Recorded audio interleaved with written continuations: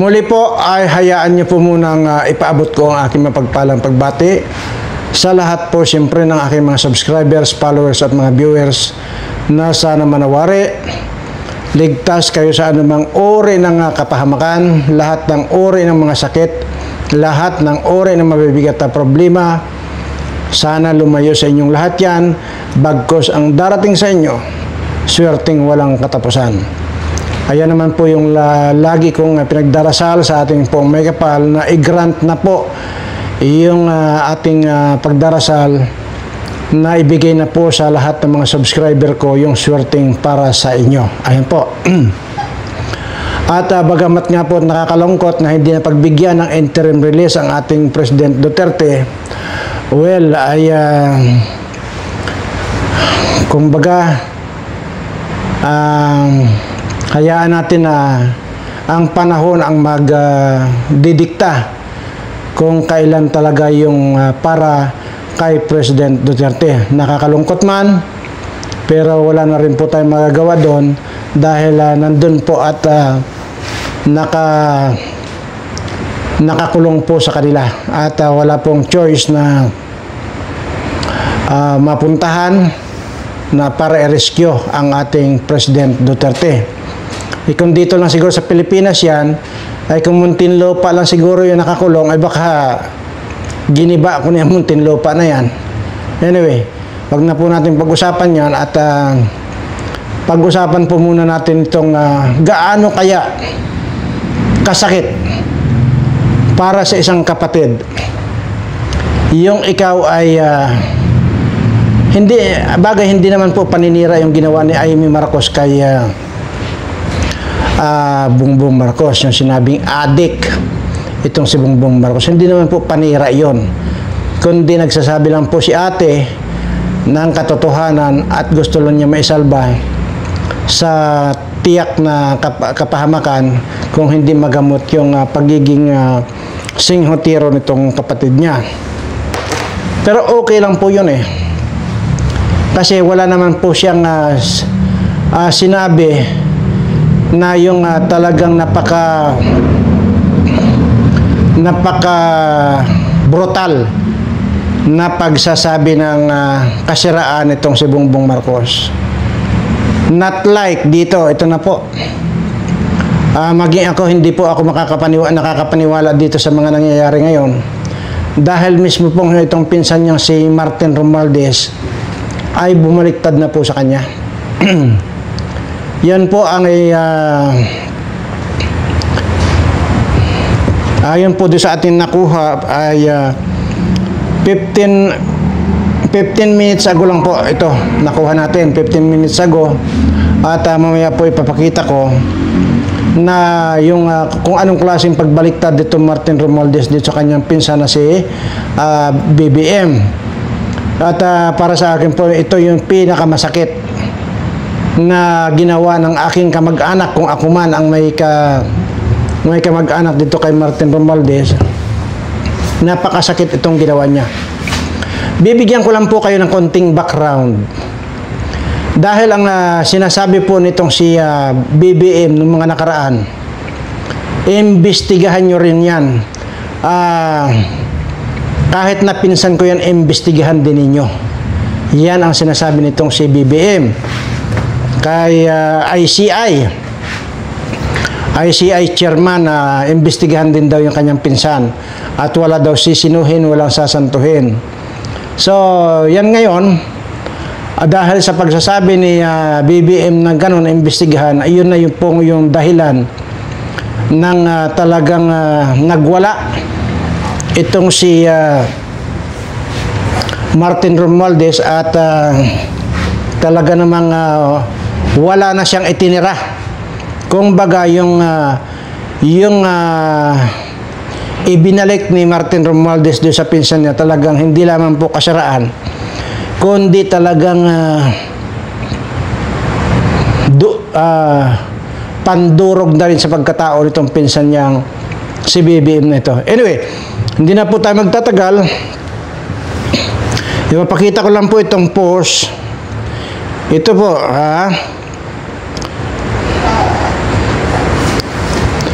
Bumaliktad na si Martin at isinisigaw na po niya ang BBM resign.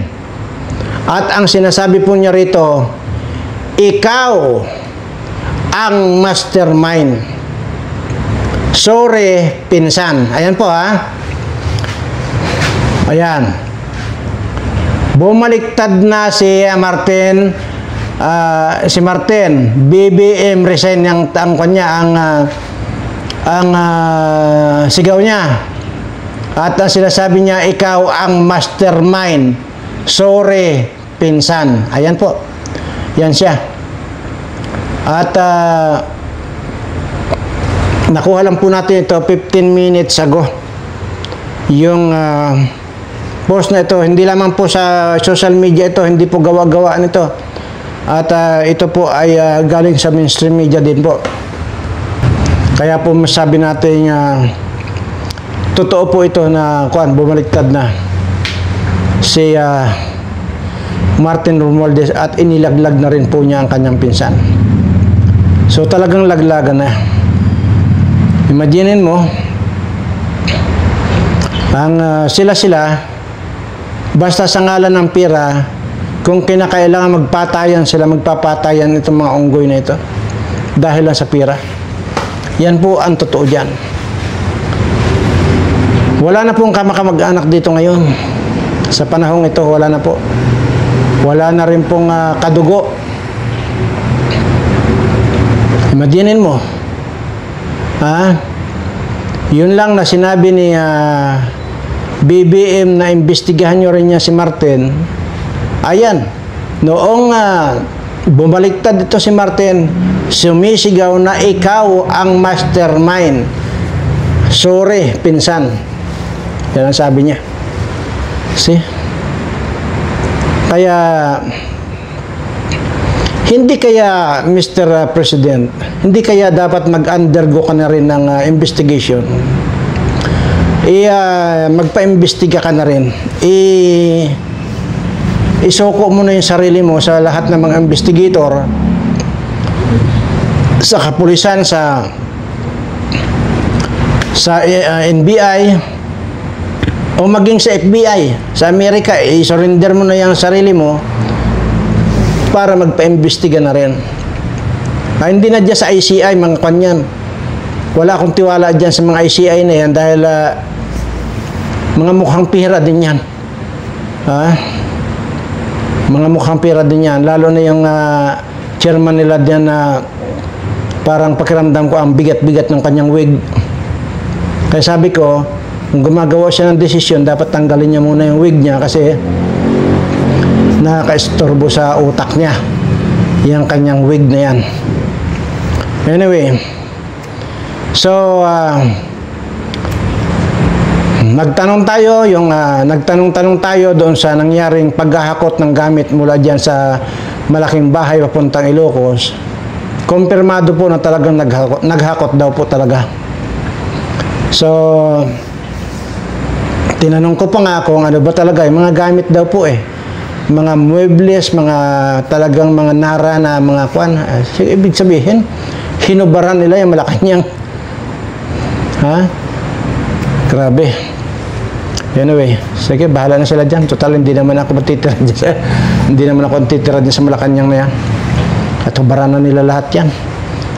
Mas maganda nga, sunugin na lang nila yan Para sa ganun ay mawala yung mga demonyo dyan na kumukubkob sa lahat ng mga nakatira dyan na nagiging presidente. So, ako sunugin ko na lang yan. So, kumpirmado daw po na talaga naghakot. So, grabe ay kayo mayroong kamag-anak or pinsan na ganyan. Walang kasing sakit siguro yun. Imagine mo, pinagsigawan na niya na ang mastermind daw talaga ng lahat ng mga pagnanakaw sa lahat ng ahensya ng gobyerno ay ikaw mismo, BBM. Pinagsigawan na ng pinsan mo. At hindi naman po ito gawa-gawa lang dahil nakakuan po ito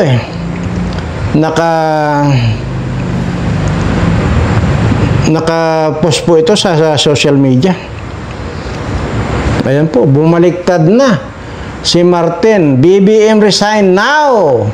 Ikaw ang mastermind, sabi niya. Sorry, pinsan. Ayan po. Oh. Bumaliktad na si Martin. BBM resign now na. Ikaw ang mastermind. Sorry, pinsan. Putang ina nyo.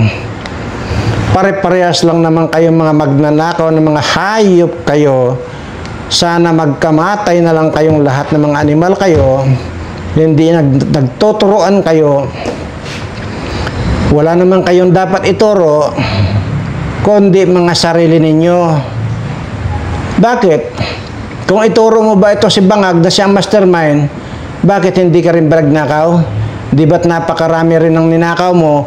Pinaggagastos mo doon sa mga PI na yan, na sa buong akala mo mapalitan mo yung 1987 Constitution para ikaw ang maging presidente sa susunod or prime minister. Kaya ikaw rin, nahayop kang Martin Romualdez ka, isa ka rin na magnanakaw, certified na magnanakaw kayo magkakamag-anak dahil sa taas ng ambisyon mo na maging presidente ng Pilipinas. Ilang milyon po mga kababayan ang ginastos po rito nga si tambalos-los na engkanto na ito, na para ipamudmod sa mga tao na para pumirma lang po doon sa PI na yan, yung People's Initiative na yan. Yan po yan. Imaginin mo, kaya yan po talaga ang mga nagpahirap sa bayan. Itong mga pamilyang ito, wala pong, hindi po exempted yan si Martin kung ipinagsigawan niya ngayon na ang mastermind ay si Bangag. Hindi rin po siya exempted doon, kundi kasama po siya sa dapat na binibigti. Ayan. Dahil ito pong mga ito, sa totoo lang po, ito yung mga taong hindi na po mga tao ito actually. Kasi at parang malayo na rin po sila sa hayop. Kasi ang hayop, kagaya halimbawa ng pagiging buaya nitong mga hayop na ito, mas masahol pa sila sa buaya. Dahil ang buaya, pagka yan ay pinakain mo ngayon, isang linggo yan bago sila kakain uli. Ibig sabihin, marunong silang mabusog, marunong silang makontento. Itong mga totoong buaya. Pero itong mga kuwan ito, kaya hindi na po may hahambing sa buaya or hayop itong mga politikong ito. Kundi talaga pong mga demonyo na talaga ito. Mga ito, hindi na po talaga may hahambing. Dahil kagaya sinabi ko, kagaya itong mga ulupong, pag pinakain mo isang manok yan, isang buwan yan bago kakain ulit. Ganun po yan. Itong mga ulupong dyan na congressman at saka mga kwan, mga dyan sa Senado, ng mga mukhang mga garapata, mga putang ina. At tingnan mo nga yung pagmumukha nitong soto nito, mukhang garapata. Itong pagmumukha rin ni kwan dyan, ni Abante sa Kongreso, para mukhang bayawak. Yung pagmumukha ng congressman sa Quezon Province, na sino yun? Mukhang ulupong. Yung pagmumukha ng congressman dyan sa dyan sa norte, ano ba yan? Hindi Ilocos basta Ilocano, yung pong si Ortiga, na ang pagkalaki-laki ng mukha na parang may hydrocephalus tapos balbasarado. Sambales po. Ayan. Tingnan mo yan. Pagkalaki-laki ng mukha ng hayop na yan, na wala namang utak. Kaya po hindi po mga kwan ito, hindi po pwedeng maikumpara sa hayop ito. Mas masahol pa po sila sa hayop. Walang kabusugan, walang kakontentuhan. O yan, at tuwang-tuwa ngayon yung abogada na sinisiksik yung sarili na assistant prosecutor to the ICC. Itong abogagang si Conte. Yan po yung si Conte. Pansinin po ninyo. Kung nagsasalita po yan, talagang malalaman nyo talaga agad na konti lang yung utak. Pero yung bungangaan yan, pansinin niyo yung bungangaan yan. Pagka binuka po niya ang bungangaan yan, mas maluwang pa po ang bungangaan yan sa bungangaan ng buhaya. Tingnan nyo. Ang daming mga kapansanan talaga itong mga ito. Palibasa nga, mga PWD. Mga person with disability itong mga itong mga tao ito. Mabalik tayo sa Kongreso. Yung pong si dyan. Itong si Kimbo na hikain. Tingnan nyo yun, parang mukhang daga. Kamukha niya yung assistant secretary ni Bunuan. Yung sino ba yung babae na yun na magkamukha sila, mukhang daga. Yung nangulimbat din ng bilyon-bilyon din pong pera. Wala po talaga kayong wala po talaga kayong mapili din sa mga hayop na ito. Puro ang kakapal lang ng pagmumukha, ang papangit pa ng pagmumukha nitong mga animal na ito. Kaya ito yung talagang dapat tinatabtab ang mga nguso nito Kaya nung sabi ko congressman na yon, nung malaki ang mukha na bigotelyo, nagkita kami nito, lalaplapin ko ang mukha niyan Tapos ipalalaman ko sa kanya yung mga balbas niya Kayabang-yabang nyo. Buisit kayo. Tagal-tagal ko na naghahamon dito, ayaw yung patusin, buisit kayo. Naulit ko lang. Total, ang laki-laki na ng pirang bilyon-bilyon ng mga pinagnanakaw niyong pira sa bayan. Makipagpustahan naman kayo sa akin. Ano ba yung pagpupustahan natin? Magpapatayan lang naman tayo. Halimbawa lang natin. Kayo, ilang kayo dyan na kongresista? 300 kayo 300 megit yata kayo na kongresista. Ay ilan lang naman yung matino sa inyo. So, i-consider na lang natin na 300 na kayo. Kasi hindi na natin ibilang yung mga ilang kongresista na matino dyan. Ayong 300 na mga kongresista, lahat ng mga kinulimbat yung pira, iposta ninyo. Ipunin nyo lahat yung mga pirang kinulimbat ninyo kahit na iabutin pa ng kung ilang trilyon. Dodoblihin ko.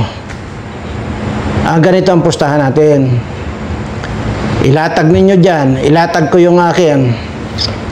Pero ang sa akin, hindi pira ang ilalatag ko. Kwan lang.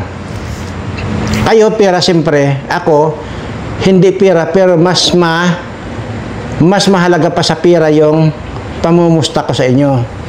Dodoblihin ko lahat ng pira ninyo. Ganito ang siste. Doon tayo sa Lunita. Kayong 300 na mga kawatan ng mga kongresista, magsama-sama kayo. Paikutan nyo ako. Nasa gitna ako. Tapos, kuyugin na ninyo ako. Bitbitin nyo na yung pinakamatataas ng mga baril, kung ano-ano pa mga pamatay na yan na kailangan yung patayin ako. Bitbitin nyo na. Kuyugin nyo ako, pagtulong-tulungan nyo ako. Ngayon, ang siste, pagka hindi tumalab yung balang pangbabaril niyo sa akin, natural, panalo ako. Diba? Pagka tumalab yun, siyempre, natural, patay ako, diba? Pag binaril niyo ako dyan, 300 ba naman kayo sabay-sabay na barilin ako? Pagka namatay ako dyan sa tumagos lahat sa katawan ko yung 300 na yan, pagbabaril niyo ako, siyempre, natural, patay ako. Talo ako. Adi sa inyo yung pinusta ko. Hindi ko na alam yun Ilalatag natin dyan. At ang hahawak niyan, Supreme Court ang hahawak niyan. Ngayon, kapag ka hindi tumalab yung bala na pang babaril nyo sa akin, sabi ko sa inyo, ako ang panalo. Kakabigin ko lahat yung mga pinusta ninyo. Yun yun. Sige nga, iparins nga natin sa mga abogado natin para once and for all ay magkaalaman na tayo. Dahil gusto ko talaga rito yung legal na lalagutin ko yung mga hininga ninyo. Kaya naghahamon ako rito eh. Kasi mahirap naman pagka pinuntahan ko kayo dyan, ako ang panain ko kayo ng panain. Hindi naman ako makalapit sa inyo, kadami-dami yung bodyguard. Madinin mo yun isang kongresista, 100 hanggang 150 ang bodyguard.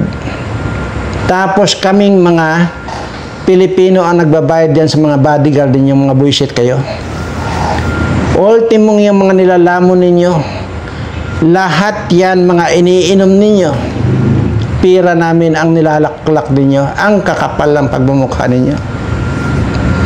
Kagaya itong anak ni Rapi Tulfo, lumaklak ng alak sa Amerika, isang gabi lang yun.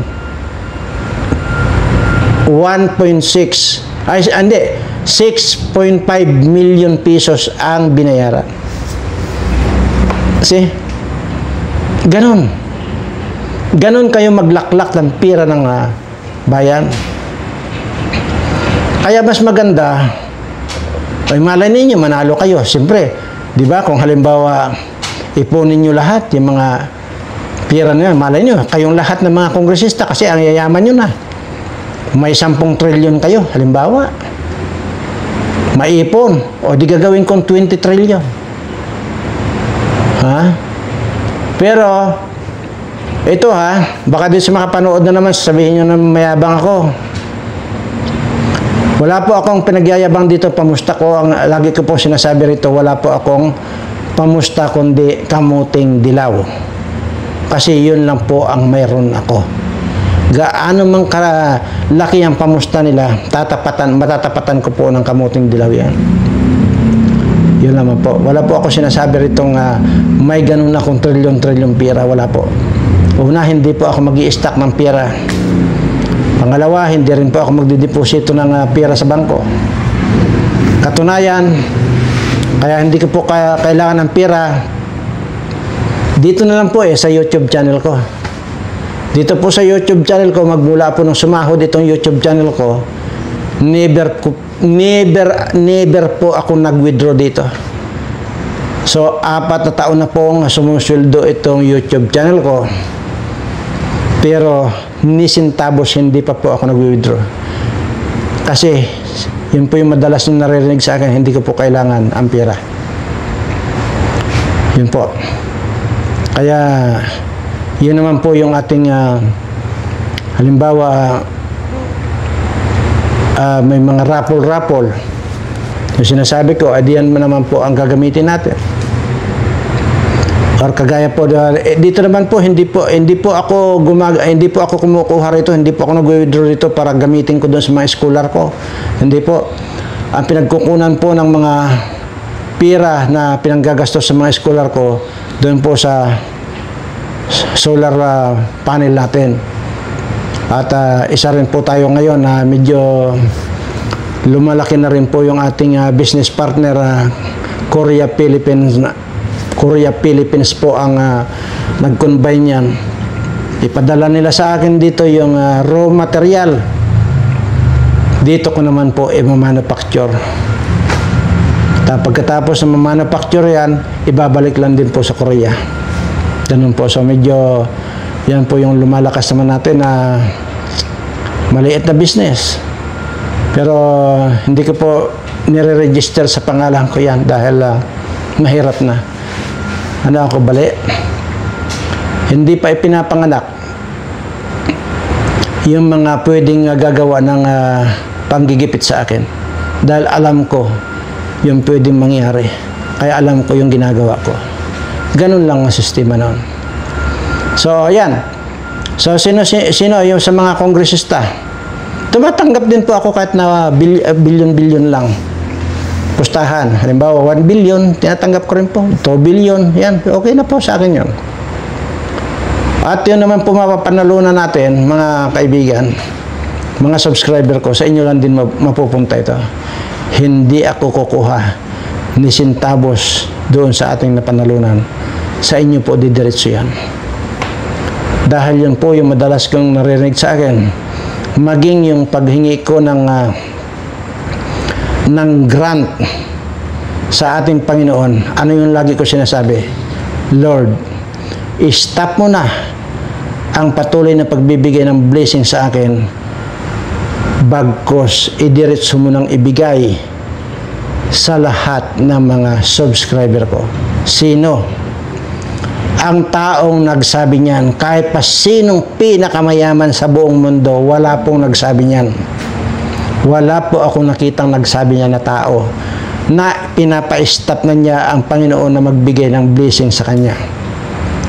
Wala po. Kung ito nga mga politikong ito bundat na ituloy pa yung isip nila kung paano pa makapagnakaw na hindi man lang nila inisip na tigilan ko na ang pagnakaw kasi kawawa naman ito ating mga kababayan. Hindi Ano pa kaya kung sabihin lang stop na yung pagbibigay ng blessings ng Panginoon sa kanila? Hindi nila gagawin yun. Kaya yun po ang sinasabi ko. Ako lang po yung mga nagsasabi niyan. Na kahit kailan, sabi ko, uulitin ko lang, kahit 1,000 taon pa ulit at ako mabubuhay dito sa mundong ito, never ko na pong kailangan ng pera. Katunayan, sinasabi ko nga po, allergy po akong humawak ng pera.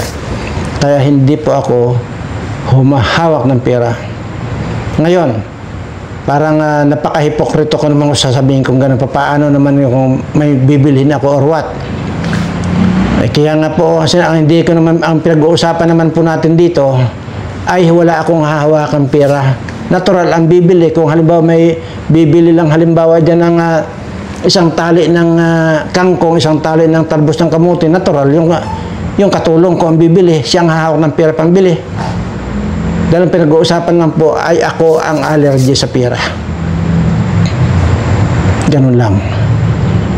Ngayon, sa mga gasolina sa sakyan, ay hindi po ako gumagamit ng pera. Wala po akong, hindi po uso sa akin ang pera ang gumamit. Kuwan lang po yan. May bibigyan lang po ako doon sa cashier. Kung magkano yung gasolina ko. Pipirmahan ko lang. Tapos ang kwento, wala akong hinawakang kwarta. Ganun po. Bahala na po kayo mag-isip kung anong klaseng card yun hawak ko. Tulad nung kailan, mayroong bininta sa akin na fishing boat. Yung boat na hindi basta dikatig na bangka, barko. Card lang ang gamit ko. Wala akong ginamit na pera. Card lang ang gamit ko. Kasi mura dahil yung pamilya nung may-ari ng barko ng pangisda. Barko po yun, pero pangisda.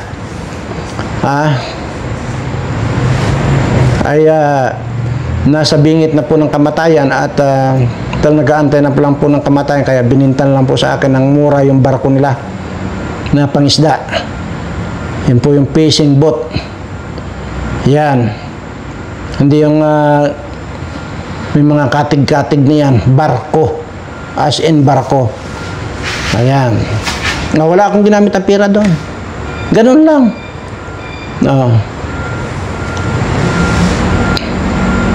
Yun naman, ang magiging kita naman noon, yun yung pinag-aaralan ko kung ano yung pwede kong pantulong naman. Kasi yun pong mga scholar ko, ang pinagkukunan ng mga gastusin sa mga scholar ko, yun pong factory ko ng solar panel. Kasi assembler po kami rito sa Pilipinas, pero pinapadala po yan dito ng Korea. Dito namin i-assemble, pagkatapos yan, ibabalik ng Korea. Kaya yan po yung ginagastos dito sa mga scholar ko. At yun naman pong mga kwan, ginagastos doon sa mga iniikutan namin ng mga kababayan natin na sinasabi kong parami ng parami, ang mahihirap natin kababayan, doon naman po nang gagaling yun doon sa ibang business ko. Hindi ko na po babanggitin dito. Dahil baka mamaya tayo ang pag-initan dito. Maghabol sila sa Tambol Mayor kung may makikita sila nakapangalan sa akin. Itong fishing boat na ito na barko, yun ang pag-aaralan ko pa kung titingnan ko kung gaano ba ang magiging kikitain itong barkong ito at yun, mag-iisip ako kung paano rin ako makakatulong dito sa mga kababayan natin. At kahit naman hindi ko subscriber na siguro, maaring tulungan ko rin po siguro. Dahil ako naman yung, kumbaga, hindi naman sa pagmamalaki, hindi naman sa pagmamayabang, ay maaring tayo'y pinagpala sa pamamagitan nung matanda na aking pinakain noong time na yon. Maaring ganon, tayo ang pinagpala na ganon. Well, ibalik lang din naman po natin sa tao dahil alam ko lahat po ng mga nangyayari sa buhay ko, lahat po yan ay galing sa Panginoon. Ang masasabi ko po sa buong buhay ko, ngayon pwede ko na pong ilagay sa kategori na napakaswerte kong tao pagdating sa buhay. Dahil kung inyo pong natatandaan nandyan sa mga videos ko kung gaano ako kahirap, patay gutom at hampas lupa po ako, pero nakaahon magmula nung pinakain ko yung matandang yon at iniwanan ako ng bato na yung pinapakita ko rito lagi sa inyo.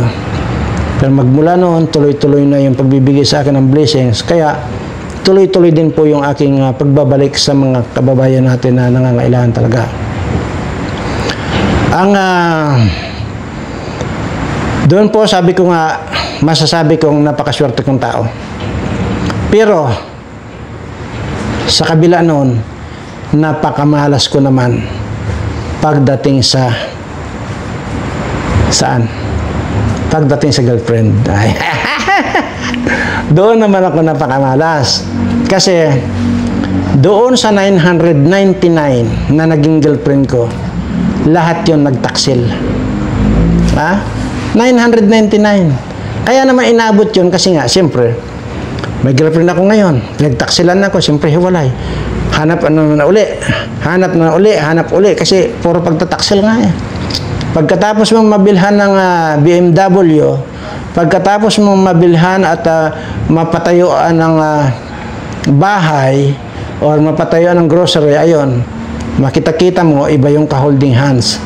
So, nililit ko na yun. Kaya inabot ng 999 yung naging JF ko. Doon lang po ako malas. Pero pagdating sa buhay, doon ako napakaswerte. Pero okay na yun. Kasi, kaya nga ngayon sabi ko, yung mga pumipila dito na gusto manligaw sa akin, hindi ko na po pinapansin. Kasi sabi ko sa kanila, kung sasagutin ko kayo, tapos sasaktan nyo lang ako, sabi mo yan, mas magandang huwag na lang. Painumin ko na lang kayo ng Coca-Cola dito or juice or ano, at tapos pabilbilhan ko kayo ng cheeseburger sa Jollibee. Pagkatapos yung kumain, umalis na lang kayo. Kisa baka mamaya pag pinaibig nyo pa ako, tapos sasaktan nyo lang ako, ay kawawa naman ako. Ayan. Kaya ang ginagawa ko, yung mga nakapila rito na gusto manligaw sa akin, pinapakain ko na lang ng cheeseburger yan, dun pinapauwi ko na lang. Kasi ayaw ko nang sumagot or ayaw ko nang magkaroon pa ng girlfriend. Ayan, dun lang po. Pero sana po ay nakapagbigay naman sa inyo ng konting ngiti itong mga joke ko. Actually, joke lang po yan. Siyempre, masyado na po tayong seryoso eh. At dalawang araw na po tayo magkakasunod na seryoso. Kaya ngayon ay binigyan ko naman kayo ng konting joke. Ayan. Pero ang hindi po joke yun, yung una, na itong si Martin Romualdez bumaliktad na at ipinagsigawan na ang mastermind dito sa lahat ng mga kawatan, sa mga lahat ng pagnanakaw, ay itong pinsan niyang si Bongbong Marcos. Maraming salamat po sa lahat po ng aking mga subscriber. Mahal na mahal ko po kayong lahat. Ayan.